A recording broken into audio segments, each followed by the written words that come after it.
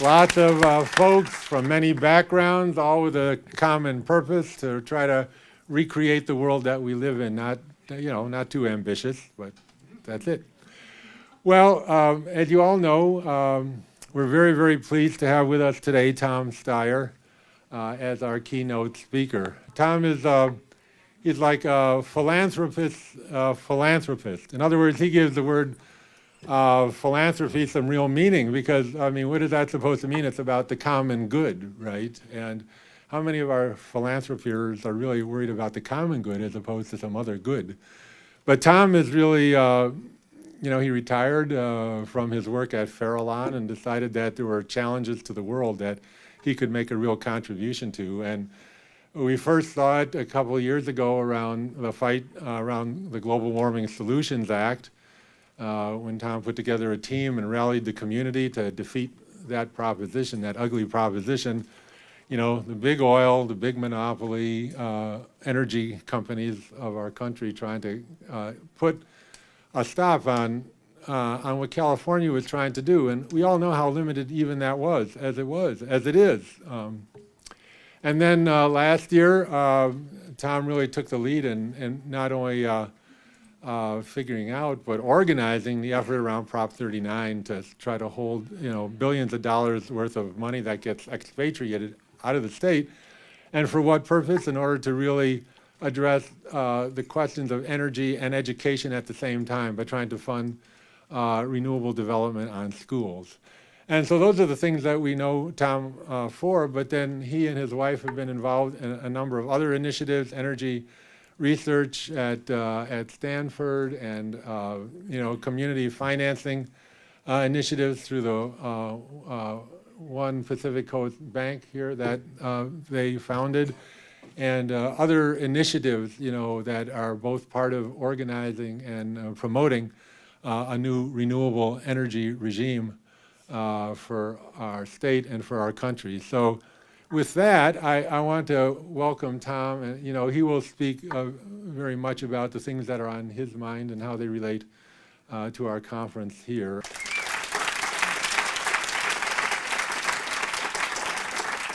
So, thank you, Al. And wow, looking around the room, I have a lot of friends here. And I would have to say that there is a temptation for people who are asked to give keynote speeches to start to think that they're pretty intelligent and know quite a bit and have quite a bit to offer. And I'm actually giving a talk in Pittsburgh on Saturday at the Power Shift conference. And one of my oldest friends emailed me to say, I'm very impressed that you're giving a keynote speech in Pittsburgh at this conference, but I also noticed, and no offense, but a 12-year-old girl is giving the keynote right before you. What exactly do you know? And I emailed her back and said, Susie, when you say no offense, what exactly do you mean by that? So I try to remember that there are people here who have worked on this longer, harder, smarter than I have. But I will try and address the following topic, which is really about reforming local generation and transmission of energy, what we can do locally as a community, the old saying, think globally, act locally. How exactly can we approach that in California and more so in the Bay Area? I did leave my job. I did have a job which was a lot of fun. I love to invest. I was brutally overpaid, which I regret leaving desperately. But I honestly think that, and the people in this room by definition have probably got to agree with me, that we have a generational challenge to overcome here in terms of turning around the biggest industry in the history of the world. And I didn't think it could be done, or I really just want to be one of the foot soldiers in that army, and I didn't think it could be done while having a full-time job that had significant conflicts at every single step. So why I did this. So what I'm going to do is, I'm going to talk a little bit about structure and policy, what exactly is the challenge. I'm going to address the point about finance, because I think people like to worry about finance, and it's probably one of the few places where I might have some experience or insight. I'd like to talk a little bit about what I've learned politically, so we can all be on the same page. And I'm sure most of you will know everything I have to say politically, but I'll still try and move through it quickly. And I'll try and end by talking about a community role. In terms of the structure and policy, when you think about electricity, when you think about energy, the basic point is it's a commodity. When you turn on the lights in the morning, you don't really know and you don't really care what caused those lights to turn on. You just want to make sure they do. So a kilowatt is a kilowatt. And if it's fired by coal, nuclear, natural gas, wind, solar, for a consumer, it's the same thing. The question is, how are we charging for those kilowatts in terms of, are we fully accounting for all the costs in producing them? And traditionally in the United States, we have deliberately not fully costed the cost of energy production and generation.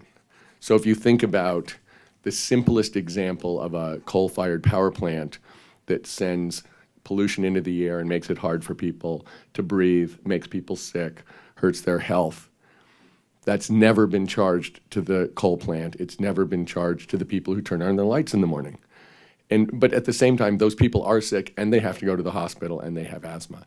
And I think people in general think it's not a big deal. It's, a marginal de minimis charge. But that charge in the context of coal, where you might have 4 to 5 cents cost per kilowatt hour of electricity generation in a coal plant, could be another 4 cents of health costs. So when you think about it, is this an important thing that we're blowing? It's a very important thing. And if you then include the cost of greenhouse gas emissions, which is it's harder for us to estimate those costs because they're more diffuse. It could be much worse. But if you put any kind of cost per ton, all of a sudden coal isn't cheap at all. And it's a commodity. So I always say to people, if I'm running a garbage business and my strategy is to take my garbage and dump it in your yard, I can have a really cheap garbage business. And I can do that as long as you let me dump my garbage in your yard. But it isn't really terrific for you. And in this case, we're really the you. And this is throughout the energy business. There are subsidies that are unseen, that people have, and think about it, if you're running that garbage business, you do not want to pay for dumping it in your neighbor's yard. And these people really don't want to pay the cost. So if you think about the oil business, we have a fleet of American ships that are on duty 365 days a year to make sure oil can get through the Straits of Hormuz in the Middle East. We have another fleet that's on duty 365 days a year to make sure that oil can flow through straits in Asia. That never goes into the price of gasoline.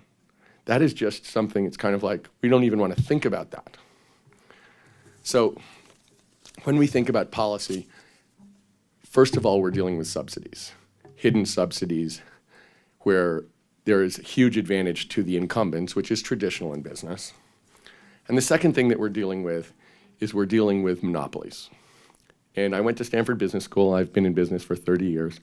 And a monopoly has incentives that are the exact opposite of normal businesses. So I went to business school. I actually think American business will be a huge driver of the solution in energy and climate when we change the policies to be more reflective of reality.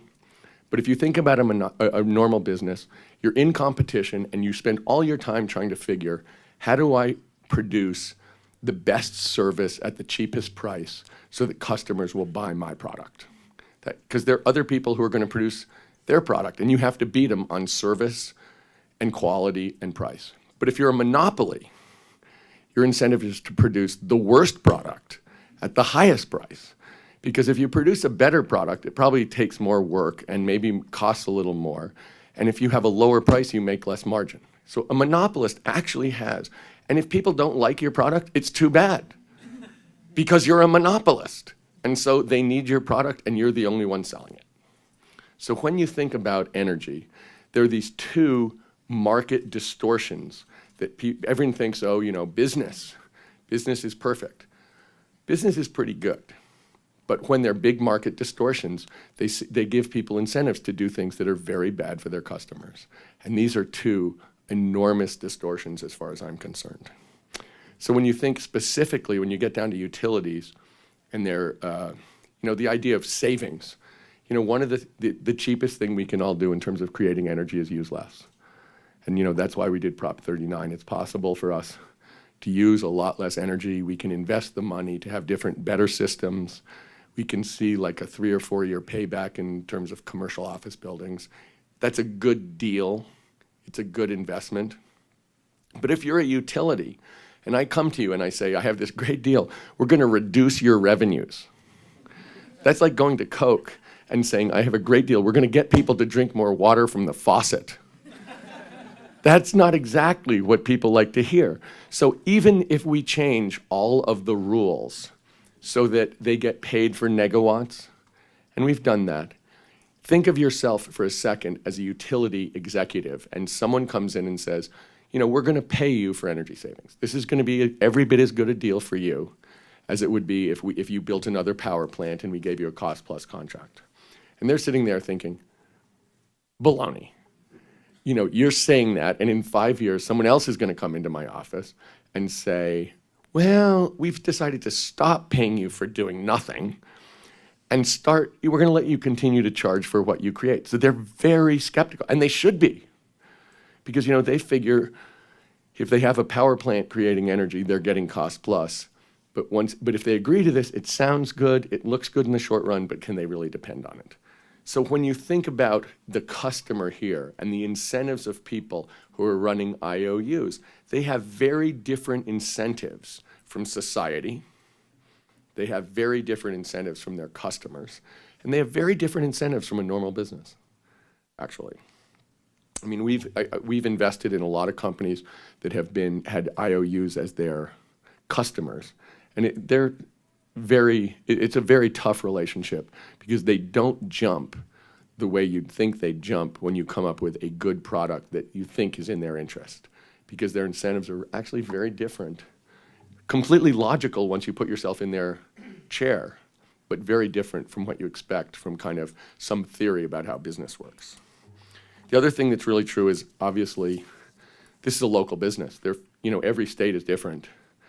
This is not something, we went through a communications revolution where we basically broke up the national monopoly, deregulated the industry in 1996, and we've had the kind of innovation, research-based innovation in communication since 1983 for the last 30 years, which has taken us from the rotary phone to the Twitter IPO. That's 10,000 innovations. We can do that in energy, but it's not as simple because we don't have national regulation. It's a state-by-state thing. So even though that's the process that we actually have to go down, it's not going to be as simple. Now, I do think one of the things that's true is we can see that getting local generation is something that's pretty likely to happen. I hate to predict trends because human beings are smarter than any one person, and so they're predicting stuff. People come up with better ideas than I will. But when you look and see what people are doing, getting off this old, huge, centralized generation, I mean, the place that's most obvious, believe it or not, is Japan. I don't know if you guys have been following this, but since Fukushima, people in Japan don't really want to get their energy from a huge central power plant. So that for building houses in Japan now, 89% of the houses that are sold in Japan today are sold with their own power generation, either solar or fuel cells. People will not go back on the grid. I mean, after what they went through, not going to happen.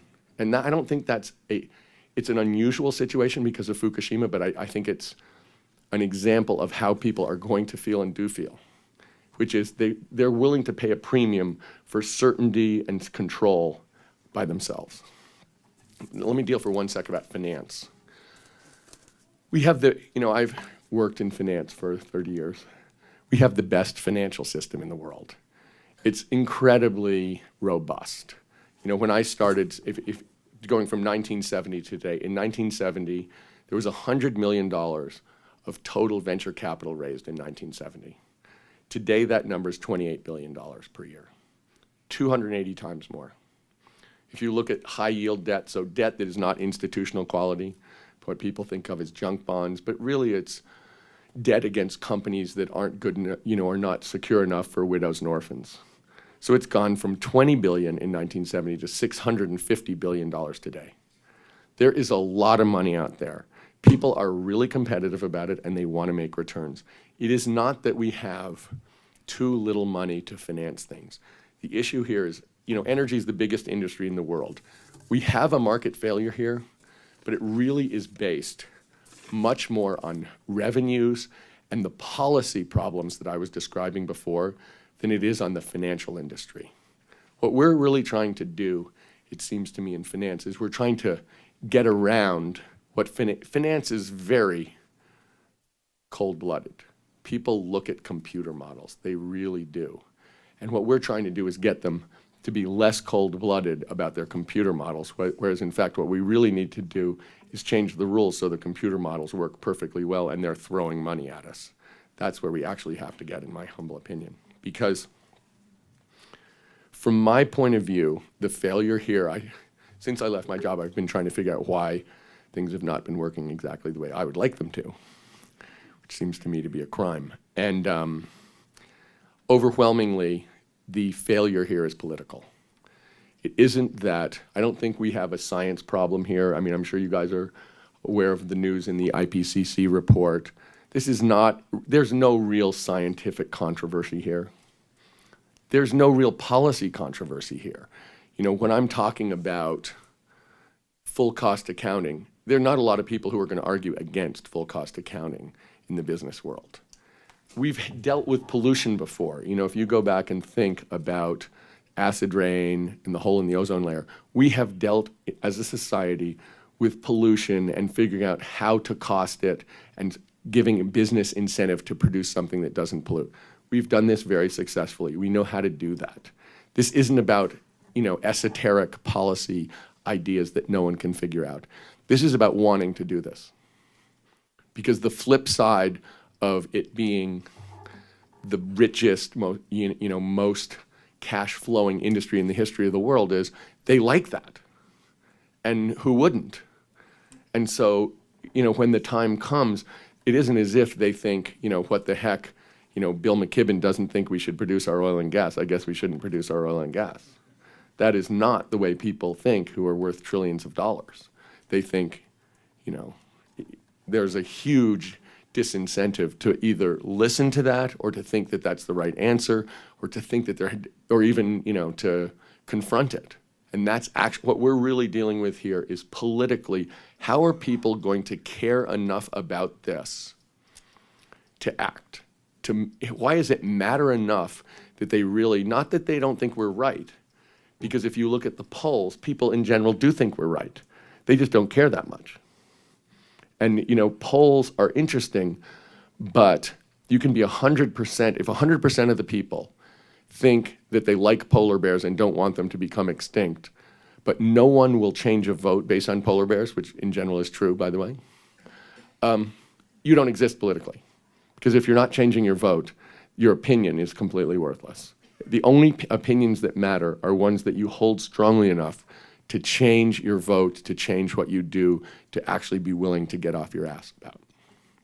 That's a fact. So let me talk a little bit about what I learned in these props, because in terms of organizing, it seems on a local basis, it seems to me there are some lessons that we think we've learned and we think are consistent, certainly in California, certainly in the Bay Area, but more broadly across the United States. We found this to be true in Virginia, Massachusetts, state of Washington, Michigan. People around the United States think about this stuff fairly similarly, although people outside California tend to think that Californians are nuts. So every now and then I have to argue that when I'm not in, say, the Bay Area. It's pretty straightforward. When we did No on Prop 23, I mean, the lessons were fairly simple, which is the messages that people care about are not the messages that people in the energy, climate, environmental communities care about. And so if you want to convince them, you should not try and talk about what you care about. You should try and talk about what they care about, which is, seemed like a shocking revelation to people at the time. So what do people care about in terms of energy and climate? And I know you guys know this because I was looking at your posters. First of all, they care about jobs. People worry that making this move will be bad economically and will reduce jobs. And we spent 2.5 years working on this. We really believe that this is a job-creating program, that this will be good for working Americans, that it will be consistently good for working Americans, and we can pretty much show that. And that is something we can show in red states and blue states, and that elected officials respond to. So the idea that this change, I mean, if we retrofit the office buildings in America, it's about 2 to 3 million jobs for 10 years. It's a gigantic job creator. If we rebuild the pipelines so that they don't leak in America, that's 1 to 2 million jobs. And by the way, some of the pipelines are made of wood. So they do leak. And you guys know how much redoing that kind of thing is, I mean, it's a huge pain in the neck, but it's also lots of jobs that have to be done by Americans.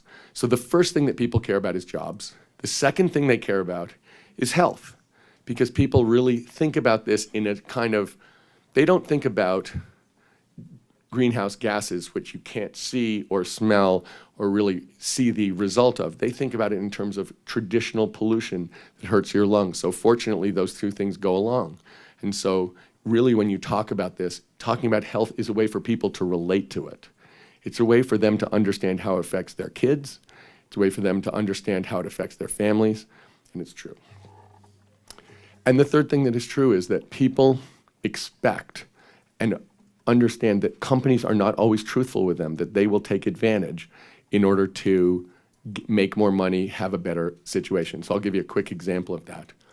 In Prop 39 last year, it was complicated. It was Proposition 39, so guess what? There were a lot of other propositions. It was a presidential election year. It was a congressional election year. So getting attention was hard. And we were running focus groups where you get a group of people, maybe 30 to 50 people, and you get them to discuss what you're doing and get a reaction before you go out to do your field work or your ads or whatever. So you understand how people who don't give a damn about what you're doing react to what you say. So we're doing this one, and the people just rebel. They hate the guy who's doing the presentation. They hate the proposition. They don't like the sandwiches we're providing. I mean, they're like in open rebellion. We're waiting for them to start attacking. So, and in these things, you set it up and you have these two-way mirrors, and they know that. So you can watch the reaction without intruding. And the guy comes out and he goes, okay, we're going to do this differently. We're going to tell a different story. Let's see how it works. So he goes back in, and Prop 39 was a lot about a tax loophole that corporations got for out-of-state corporations. So they pay half as much income tax in the state of California on their California earnings as California companies, which seemed nuts.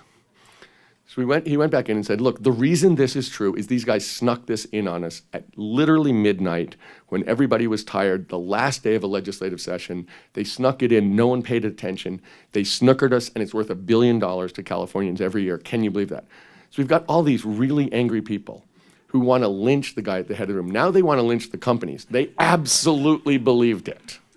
They were angry, and now they were like, we now love your proposition. Your proposition is exactly what we need. We have to go after these people. So that's the third thing, the third message. Those are really the messages, and we've seen them consistently. Those are the messages that win. But let me say this too, and I'm looking around this room, and this is especially important. This is important in California. It's important everywhere in the United States. Environmentalists are not who we think they are. They are not the people who show up in Time magazine. They are not the people who run the big environmental organizations in the United States. In California, and I obsessively read polls, maybe some of you also are troubled with that affliction, and I especially, when we run stuff, I like to look and see who voted for us, because if you want to do better the next time, it's nice to understand what happened this time. So the group that overwhelmingly has supported us here and everywhere else in the United States is Latinos. Number 2 group, Asian Americans. Number 3 group, African Americans. What people think about how to win elections in this is very different from what we think about how to win elections in this. We've always thought that having a large, broad coalition of people who decide this is important to them is critical, and that if you have a narrow group of people who may be extremely passionate and correct and smart and thoughtful is not enough, because we actually believe in electoral politics. And in electoral politics, getting a small group of people on your side is not nearly enough. You need to get votes, and it needs to be a broad coalition, and that's something which we feel really strongly about for a whole bunch of reasons, including environmental justice. So I'll end with this, because I'm getting a message to stop. Communities. I love the idea that communities are going to be active on this. Because as I said, the question here, if this is our generational, I actually think this is the generational challenge. I think this is the way we'll get measured as a people. I think that's not abnormal in the United States of America and elsewhere. We get challenges. And in general, our society, our country, has chosen to look them in the eye and do the right thing. And so when I think about this, the question is, how do we understand that this is the most central thing to us? At what point do people sit around the kitchen and talk about it and think, this is us defining us? And if it's going to be on a community level, where people, that's how people respond, is at a local community level on that, that would be fabulous from my point of view. Because if that's where people are going to understand this, and that's where they're going to push back, and that's how they're going to organize and make themselves care about it, I think that would be fantastic, because this is all about making people not understand the truth, because by and large, Americans know what's going on in energy and climate. They don't know what to do about it, and they don't care enough about it. So if you look at this, regardless of polling, if you look and see what is the most salient issue, this isn't in the top 3. And honestly, if you're not in the top 3, you don't really exist. And if you're not the top 1, we're not going to have the kind of revolution that we need to get done what absolutely, essentially, we need to get done. So when we look at innovation and people caring, if it happens on a community level, I am all behind it. Because if we get a number of communities pushing on this, it'll work. And if we're counting on Washington, D.C. to save us, I think that is an absolutely optimistic view of the world. Because we all know if they can barely get a budget, how are they going to pass a dramatic, important energy bill that opposes the largest industry in the history of the world? So, from my point of view, the closer we are to home, the better we're going to do, and we're going to have to use the other kinds. Last thing I'll say is this: we're going to win democratically. That's the way our system works. That's what we all believe in. And if it's not, in California, our legislature failed. We couldn't get a budget. We all read about going bankrupt every week for 10 years. California in crisis. The rest of the country loved it, by the way, but I didn't love it, reading it every morning. Well, now the country is exactly where we were. In California, we went to direct democracy. We had propositions. We put every single thing on the ballot because they couldn't get it done. The question is, in the United States, if they can't get it done, what are the people in this room going to do to have a democratic system that actually works? Because I don't think we should give up on democracy because Washington, D.C. doesn't work. And so we're going to have to do other things. We're going to, just the way we did in California, we're going to have to use the other levers of democracy, the states and local communities, to get done what we have to get done as a group. Thank you. Well, thank you, Tom. And just use the privilege of the chair for the moment. I would just like to say that, earlier in the day, we talked a lot about this problem not being so much of a technological transformation as a more thorough transformation. And I want to invite Tom to engage with us moving into the future around redefining the kind of value systems that we use overall, so that, for example, if there are billions and billions of dollars of investment, what do we mean by a return on that investment in terms of a social good? What does it mean to have fiduciary responsibility, in terms of the continuation of our society and a place for our children? What does it mean? What are the measures? What are the metrics that are used in terms of what makes sense in terms of investment?